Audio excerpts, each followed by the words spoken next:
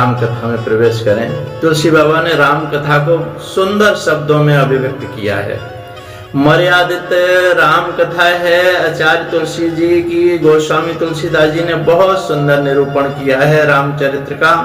आइए हम उस पवित्र स्थान पर चलें जिस अवध में राम जी का अवतार हुआ है।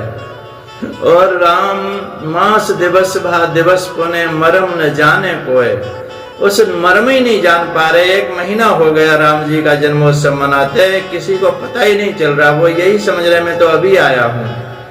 आनंद स्वयं कृष्ण है, आनंद स्वयं राम है, इसलिए अवध घर राम भयो ऐसा नहीं बोले, नंद घर कृष्ण भयो ऐसा नहीं बोले कोई भी। अवध घर आनंद भयो, नंद घर आनंद भयो, क्योंकि सच्चित आनंद तो केवल राम है, कृष्ण है। आदरणीय वशिष्ठ जी के चरणों में महाराज दशरथ ने प्रणाम किया और गुरुदेव मेरे 4 पुत्रों का नामकरण करें। वशिष्ठ जी आज आनंद से गदगद हो गए, गदगद हो गए। वशिष्ठ जी के नेत्रों से प्रेमाश्रु झर रहे हैं। मैं कितना बड़ा भाग्यवान हूँ, अनामी का नाम करने का अवसर मुझे मिल रहा है। और अजन्मा का जन्म होता है तो अनामी का नामकरण क्यों नहीं हो सकता। 108 विप्रजनों को साथ लेकर के वशिष्ठ जी यज्ञ मंडप में बैठे हुए हैं। भगवान परात्पर श्री नारायण का स्वरूप में प्रागट्य हुआ है, उनका नामकरण वशिष्ठ कर रहे हैं। लाखों नर नारी एकत्रित हैं इस झांकी को दर्शन करने के लिए। समवेत रूप से सब इकट्ठे हैं। तुलसीदास जी के शब्दों में सुनिए कैसे नामकरण होता है।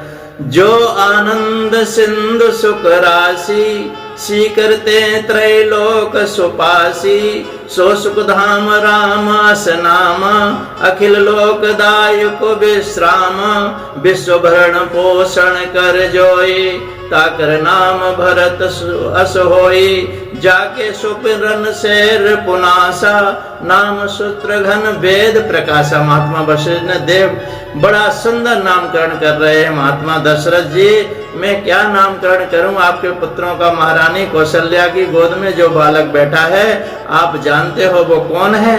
जो आनंद का सिंधु है, सुख की राशि है, जिसका आनंद की सिंधु की एक बिंदु से पूरा विश्व प्रपंच पालित हो रहा है। आराम विराम और विश्राम का अनुभव कर रहा है। इन आपके ज्येष्ठ पुत्र का नाम रखता हूँ श्री राम। योगियों के हृदय में जो रमण करते हैं, रमनते योगिनो स्मृति राम, उसे राम कहते हैं। ऐसा श्री राम का मंगलमयी चरित्र है। राम 3 हुए, एक हैं दशरथ नंदन कौशल किशोर जी और दूसरे हुए क्षत्रिय लोग जो अपनी मर्यादा का भूल करके गलत रास्ते पर अनुसरण करने लगे। तो हाथ में फरसा लेकर के जिन्होंने सही रास्ता दिखाया वो हैं भार्गव राम श्री परशुराम जी। और तीसरे राम है मेरे कन्हैया के बड़े भैया बलराम जी। एक राम भक्ति के मार्ग को प्रशस्त करते हैं, दूसरे राम कर्म योगी हैं और तीसरे बलराम जी ज्ञान योगी हैं। जो विश्व का भरण पोषण करने के शक्ति रखते हैं उनका नाम श्री भरतलाल है। और एक बात मैं आपको स्पष्ट करके बता दूं, स्वयं नारायण तो हुए राम जी और नारायण के अंश जो विष्णु हैं, जो भरण पोषण करते हैं वो हैं श्री भरत जी। जिनका नामकरण करने से शत्रु का विनाश हो जाए वो ही शत्रुघ्न लाल जी हैं, शंकर जी के रूप हैं। शत्रुघ्न को हम साक्षात शिव का अवतार मानते हैं, अवतार मानते हैं शत्रुघ्न जी को। और लक्ष्मण नाम सुराम प्रिय, सकल जगत आधार, गुरु वशिष्ठ ते राख्यो, लक्ष्मण नाम उदार। जो लक्षण का धाम है, राम का परम प्रिय हैं, जगत के आधार हैं, ऐसे आपके इस पुत्र का नाम लक्ष्मण। लक्ष्मण का एक संत ने बड़ा सुंदर भाव कहा। एक महात्मा बोले लक्ष्मण का सही अर्थ होता है जिनका लक्ष्य राम के चरणों में हो, उसे हम लक्ष्मण कहते हैं। चारों भाइयों का नामकरण हो गया। हम चारों को प्रणाम करते हैं। चारों भैया बड़े हो रहे हैं, आनंद की सीमा नहीं है। विश्वामित्र अध्वरेण मारीचाद्या निशाचरा, पश्यतो लक्ष्मणस्यैव हताने ऋतपुंगव। अब बड़े हो रहे हैं, विश्वामित्र जी राम जी को लेने आए। दशरथ जी ने एक बार मना किया, लेकिन राम लक्ष्मण दोनों को गुरु वशिष्ठ के आदेश का पालन कर महर्षि विश्वामित्र के साथ भेज दिया। और बीच मार्ग में प्रभु ने ताड़िका का उद्धार किया, एक ही बाण प्राण हर लीना। बड़ी सुंदर कथा है। आचार्य सुखदेव जी तो राजा परीक्षित को बस संक्षिप्त बताते जा रहे हैं। विश्वामित्र जी के साथ वहां जाकर के प्रभु ने मारीच और सुबाहु नाम के निशाचर थे, उनका उद्धार किया। एक बाण से ऐसा चलाया मेरे प्रभु ने, सुबाहु का उद्धार हो गया। और दूसरे बाण को लगते ही मारीच जो था वो 7 योजन का सागर पारा, सागर के पार, समुद्र पार कर लंका में जाकर के गिरा। और बीच में प्रभु ने अहिल्या का उद्धार किया। अहिल्या का उद्धार। आश्रम एक दीख मगमाही, खग मृग जीव जंतु तानाही। पूछा मुने शिला प्रभु देखी, सकल कथा मुनि कहा विषय की। गौतम नारी श्राप बस पल दे अधर धीर, चरण कमल रज चाहती कृपा करो रघुवीर। प्रातःकाल राम लक्ष्मण ऋषि विश्वामित्र के साथ मिथिला पुरी के वन उपवन आज देखने के लिए निकले। एक उपवन में उन्होंने एक निर्जन स्थान देखा। राम बोले, गुरुदेव यह स्थान देखने में तो आश्रम जैसा दिखाई देता है, किंतु क्या यह कारण है कि यहाँ कोई ऋषि या मुनि दृष्टिगोचर नहीं हो रहे हैं? इस पर विश्वामित्र जी ने कहा, यह स्थान कभी महात्मा गौतम का आश्रम था महाराज। हे राघवेंद्र, वे अपने पत्नी अहिल्या के साथ यहाँ रहकर तपस्या करते थे। एक दिन गौतम ऋषि की अनुपस्थिति में इंद्र ने गौतम के वेश में आकर अहिल्या से प्रणय याचना की। अहिल्या ने अपनी स्वीकृति दी। जब इंद्र अपने लोक लौट रहे थे, तभी अपने आश्रम को वापस आते हुए गौतम ऋषि की दृष्टि इंद्र पर पड़ी। उस समय इंद्र उन्हीं का वेश धारण किए हुए था। तत्काल वे सब कुछ समझ गए और उन्होंने इंद्र को शाप दे दिया। इसके बाद उन्होंने अपनी पत्नी को शाप दिया, रे दुराचारिणी, तू हजारों वर्ष तक केवल हवा पीकर कष्ट उठाती हुई यहाँ राख में पड़ी रहे। जब राम इस वन में प्रवेश करेंगे तभी उन्हीं की कृपा से तेरा उद्धार होगा, तभी तू अपना पूर्व शरीर धारण करके मेरे पास आ सकेगी। यह कहकर के गौतम ऋषि इस आश्रम को छोड़ करके हिमालय पर जाकर तपस्या करने चले गए। अतः ये राम, अब तुम आश्रम के अंदर जाकर अहिल्या का उद्धार करो। विश्वामित्र जी की आज्ञा पाकर के दोनों भाई आश्रम के भीतर प्रविष्ट हुए, जहाँ तपस्यारत अहिल्या कहीं दिखाई नहीं दे रही हैं, केवल उसका तेज है संपूर्ण वातावरण में व्याप्त हो रहा है। जब अहिल्या की दृष्टि पर पड़ी तो उनके पवित्र दर्शन पाकर वह एक बार फिर पाषाणमयी सुंदर नारी के रूप में दिखाई देने लगी। नारी रूप में अहिल्या को सम्मुख पाकर राम जी ने श्रद्धा पूर्वक उनके चरण स्पर्श किए। तत्पश्चात उससे उचित आदर सत्कार ग्रहण कर वे मुनिराज के साथ पुनः मिथिलापुरी को प्रस्थान किया।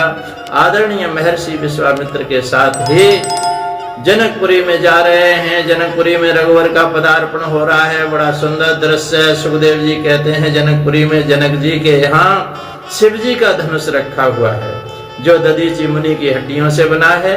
बड़े बड़े राजा वहां आए, लेकिन कोई हिला तक नहीं सका।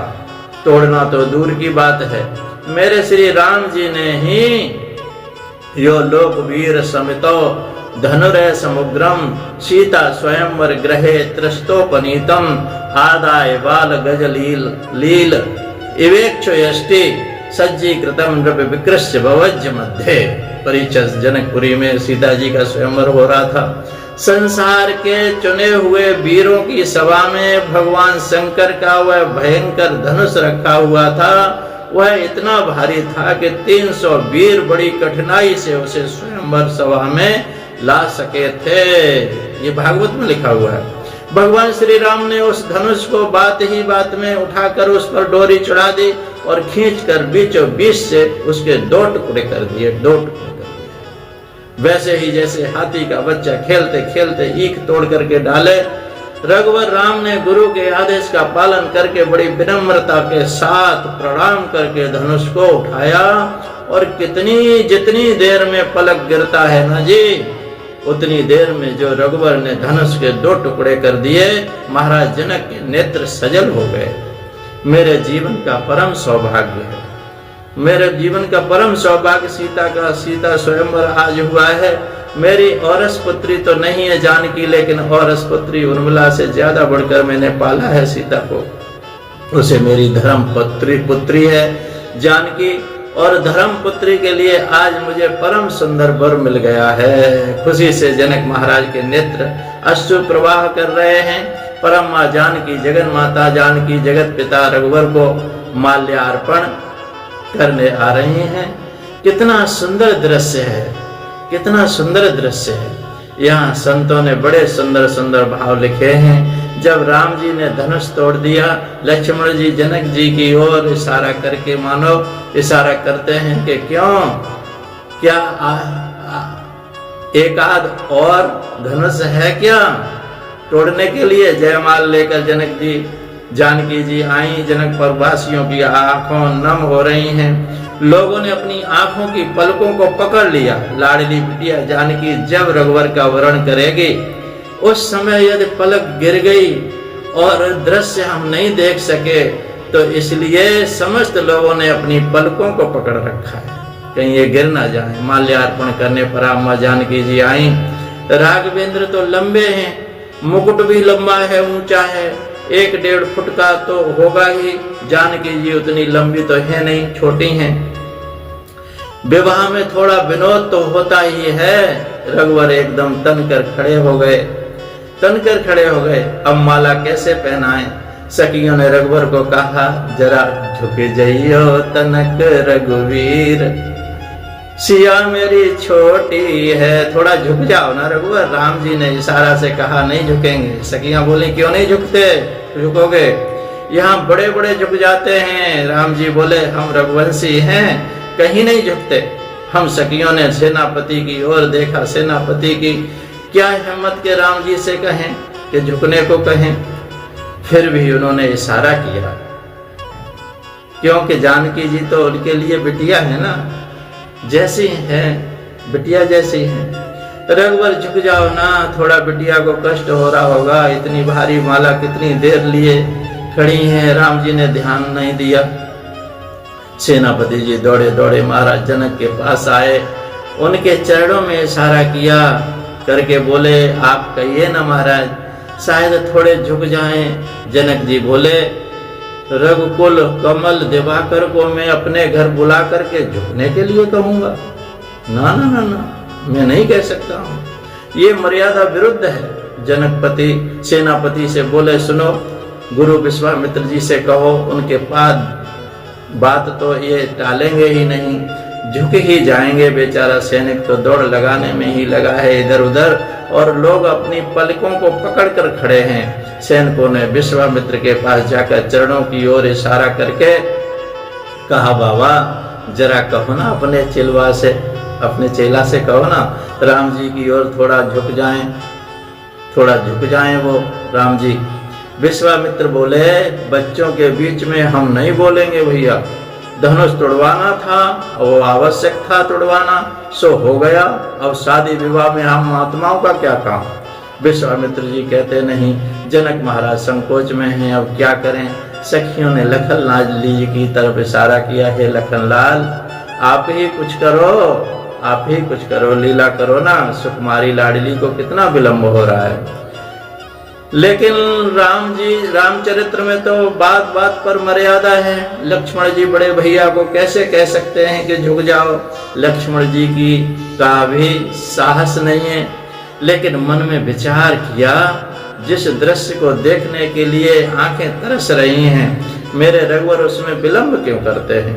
लेकिन झुकने को कैसे कहूं। राम जी लक्ष्मण जी अपने मंच से उठकर आए। लक्ष्मण जी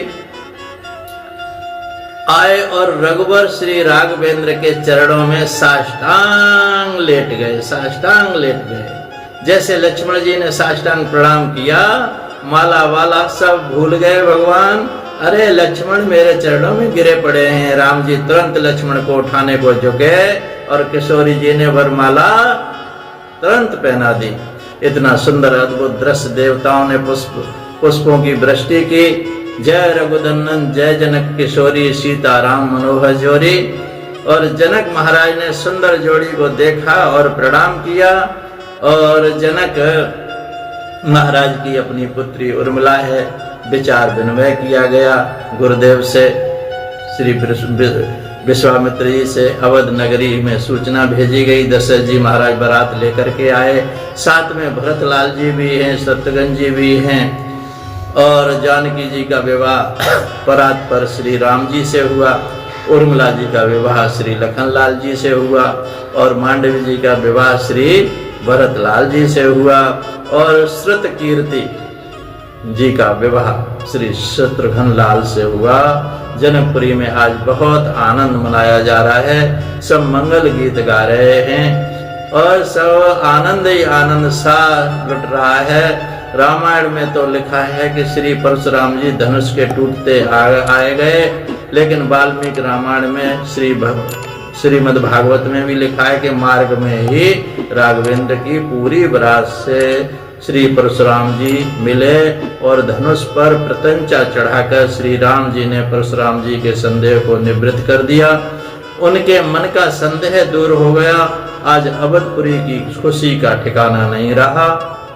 इतना आनंद अवध वासियों के हृदय में है। तीनों माताओं ने चारों बहुओं का स्वागत किया और अवध में जब बारात लौट के गई तो सुखदेव जी कहते हैं, राजन कभी कभी ज्यादा खुशी को नजर लग जाती है। ऐसा आनंदोत्सव लोगों ने राम विवाह का मनाया, शायद उस खुशी को नजर लग गई। ये नजर बड़ी विचित्र लगी और आगे की कथा आगे के भाग में सुनेंगे। सिया रामचंद्र भगवान की जय, सदगुरुदेव भगवान की जय। जय जय श्री राधे, जय जय श्री कृष्ण। सोहम सोहम सोहम। तो सुनते